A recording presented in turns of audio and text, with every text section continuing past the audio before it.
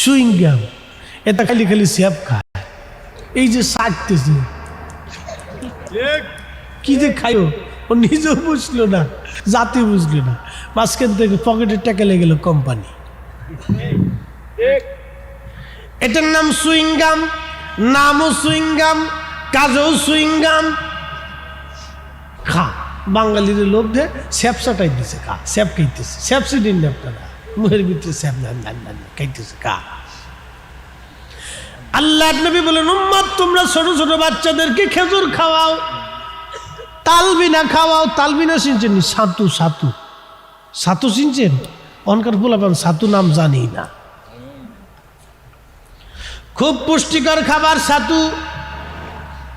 বাচ্চাদেরকে তোমরা খেজুর খাওয়াও, দুধ পান করাও। নবীজি বললেন খেজুর খাওয়াও, কারণ এই খেজুর আল্লাহর জান্নাতের ফল, আল্লাহর পছন্দের ফল। আদম সফিউল্লাহরে যখন মাটি দিয়ে আল্লাহ বানাইলো, সমস্ত মাটিগুলি কাজে লাগলো, কিছু মাটি অবশিষ্ট থেকে গিয়েছিল। এই অবশিষ্ট মাটি থেকে আল্লাহ পাক আদম সফিউল্লাহ অত অবশিষ্ট মাটি থেকে আল্লাহ খেজুর গাছ বানাইছিলেন। এই জন্য খেজুর গাছের ফল আল্লাহর পছন্দের ফল।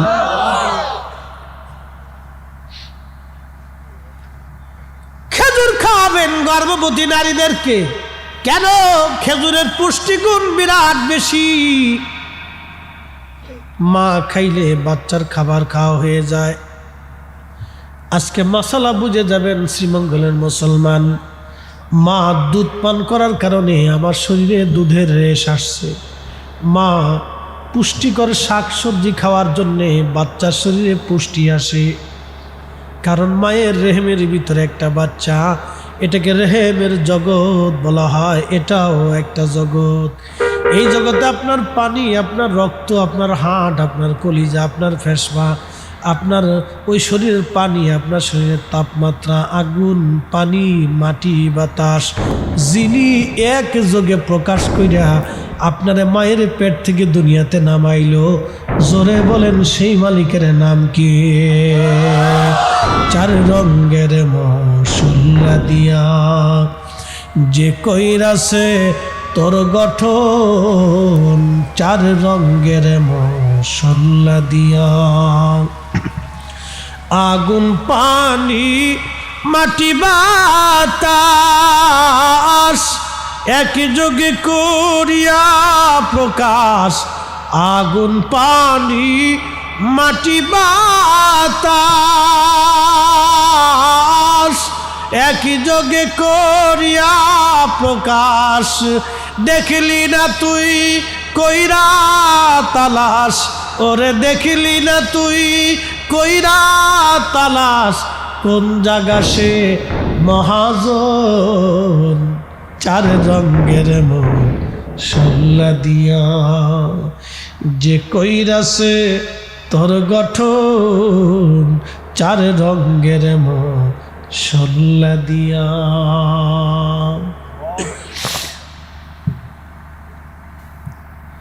শ্রীমঙ্গলের মুসলমান, সন্তান খাইলে, মা খাইলে সন্তানের খাওয়া হয়, মা ঘুমাইলে সন্তানের ঘুম হয়। ডাক্তার এই জন্য পরামর্শ দেয় আপনি নির্দিষ্ট টাইমে ঘুমাবেন। কারণ আপনি যদি নির্দিষ্ট টাইমে ঘুমান, আপনার বাচ্চার ব্রেন ভালো হবে। ঠান্ডা লাগানো যাবে না, অসুখ বিসুখ যাতে না হয় গর্ভবতী নারীদের, এইগুলি ডাক্তার পরামর্শ দেয়। কারণ মার যদি ঠান্ডা লাগে, ওই বাচ্চার ভবিষ্যতে নিউমোনিয়া হবে, হাঁপানি রোগ হতে পারে, ঠান্ডাজনিত রোগে আক্রান্ত হতে পারে।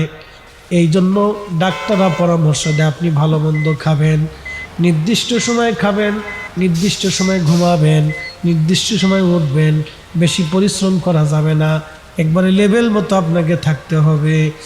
এই যে ডাক্তার পরামর্শ দিল, ও বাজার, মা খাইলে যদি ছেলের খাওয়া হয়, বাচ্চার খাওয়া হয়, মা ঘুমাইলে যদি বাচ্চার ঘুম হয়, মা সুস্থ থাকলে যদি বাচ্চা সুস্থ হয়, তাহলে আমার দেশের যেই নারীরা বাচ্চা পেটে নিয়ে নাচানাচি, লাফালাফি, নাটক, সিনেমা দেখে, ওই বাচ্চার পেটের ভিতরে থেকে নাচানাচি, লাফালাফি দেখে দুনিয়াতে আসে।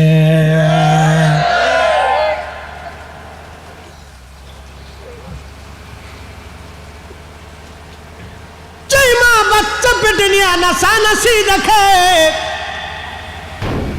কেউ কথা খারাপ কইছি?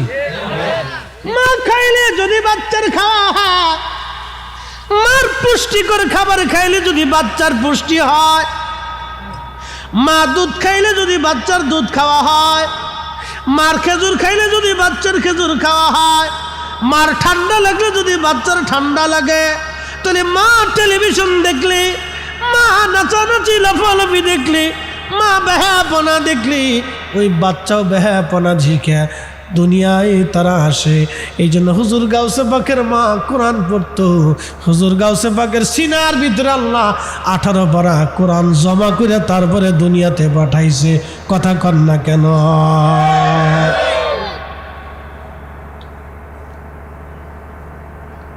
বেডিগারি কেমনি বুঝাইবে? বুঝে না। শুনে দেখো দূর হুজুর কইছে কি বাজ্যা আবার স্টার জলসে দেওয়া শুরু করে যা তাই। এই জন্য তো অলির দরজা বন্ধ হয়ে গেছে। দুঃখে ওহন কি কইতাম, বুরকা পরা বেডিরা ওহন টিকটক করা ধরছে। এই কি কথা কর না কে? এগুলোর জুতে দিয়ে বাইরিনের দরকার। জুব্বা যা বিগাই দিয়েও দিয়ে টিকটক করা ধরছে। ও জুব্বারও ইজ্জত শেষ করছে, ও বুরকারও ইজ্জত শেষ করছে। শয়তানি এমন ভাবে লাগছে, খালা রে তুই আমার খালা, আর ওরে কয় তুই আমার খালু। যা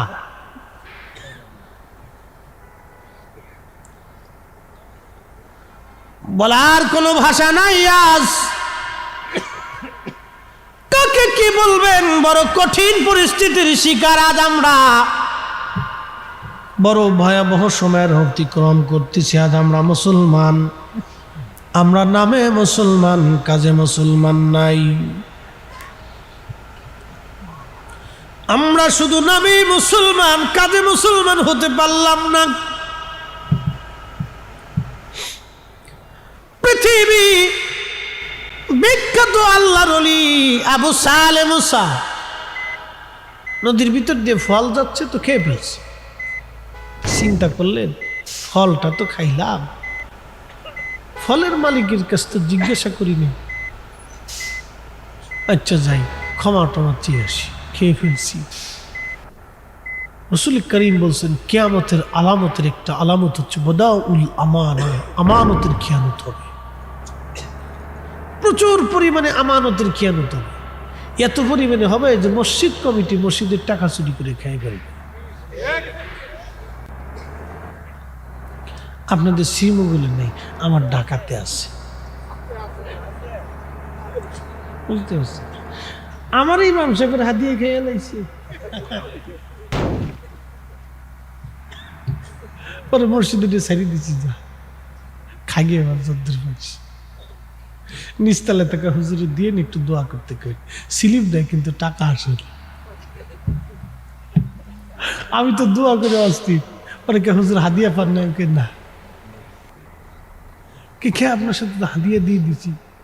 অনেক কমিটি চালাকি করে স্লিপের মধ্যে হাদিয়ার অঙ্কটা লিখে দেয়। এরা বুঝে যে কোনো পকেটের ভিতরে চলে যাইতে পারে, হুজুর নাও পাইতে পারে, হুজুর হাদিয়ার অঙ্ক লিখে দেয় ঢাকা। আর ঢাকার সিস্টেম হলো নাম যে দিছে একবারে নাম সহ বেহেশত পাঠাইতে হইব, নয় টাকা ফেরত। এক জায়গায় এক হুজুরে 2000 টাকা দিচ্ছে দোয়া করার লেগে, হুজুরে স্টেজে দোয়া করে নাই, পরে পাবলিক টাকা ফেরত চাই। এই নিয়ে বিরাট বড় সালিশ দরবার, টাকা ফেরত দিতে। আমি টিয়া দিছি আমার লেগে দোয়া করার লাগে, হুজুর দোয়া যেহেতু করছে না তো টিয়া ফেরত। কত কোয়ালিটির পাবলিক যে দুনিয়াতে আছে, এই পাবলিকই শেষ নেই।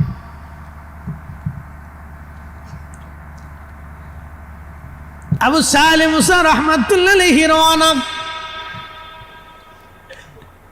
নদীর পারে যায়, দেখলেন গাছ। মালিক রেজা সালাম দিলেন, আসসালামু আলাইকুম রাহমাতুল্লাহ। হুজুর আপনি কি গাছের মালিক? বলে হ্যাঁ। ফল একটা নদীর মধ্য দিয়ে ভেসে যাচ্ছিল, অনুমতি ছাড়াই খেয়ে ফেলছি। মাফ করে দেন। এবার ওই ফলের মালিক চিন্তা করলো, ছেলে দেখছি এমন ছেলে দেখি নাই, এত বড় বুজুর্গ তাকওয়া আমানতওয়ালা, এমন যুবক তো আর কখনো মিলবে না, পাইছি আজকে এর আর সারা যাবে না।